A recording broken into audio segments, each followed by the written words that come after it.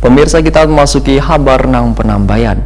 Pilkada serentak terlaksana dengan aman pada tanggal 9 Desember 2020. Perhitungan surat suara di tingkat kecamatan di Banjarmasin berlangsung dengan pengawasan nang ketat, baik dari petugas kepolisian, Satpol PP, pihak penyelenggarawan juga dari wakil rakyat di DPRD Banjarmasin. Pilkada serentak terlaksana dengan aman pada tanggal 9 Desember 2020. Perhitungan surat suara di tingkat kecamatan di Banjarmasin pun berlangsung dengan pengawasan yang ketat, baik dari petugas kepolisian, Satpol PP, dan pihak penyelenggara. Begitu juga dari wakil rakyat di DPRD Banjarmasin. Wakil Ketua DPRD Banjarmasin, Matnor Aliep, melakukan pengawasan di kantor Kecamatan Banjarmasin Tengah jelang tengah hari Sabtu 12 Desember 2020.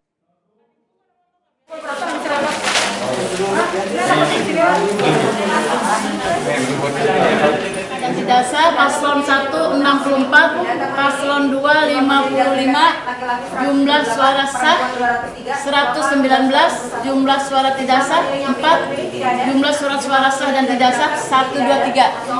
Bungkus. Total 180. Jumlah pemilih yang pindah memilih tidak ada. Jumlah pemilih yang tidak terdaftar tidak ada.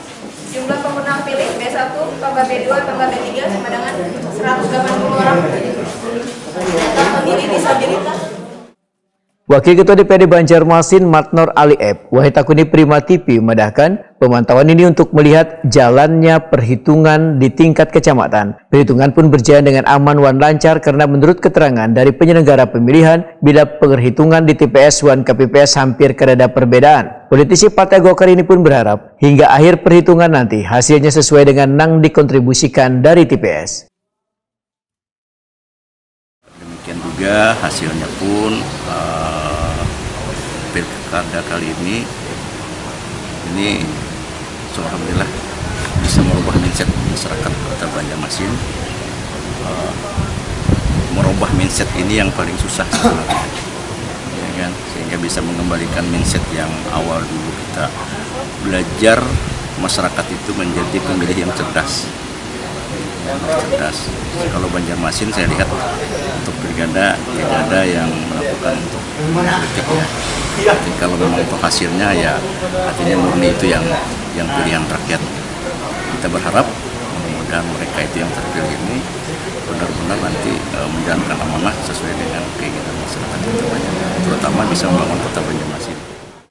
Matnor Aliep menambahkan, nilai pilkada tahun 2020 sudah bisa merubah pemikiran warga agar menghilangkan money politik, sehingga diharapkan ke depannya dalam setiap pemilihan sudah tidak ada lagi nangarannya money politik.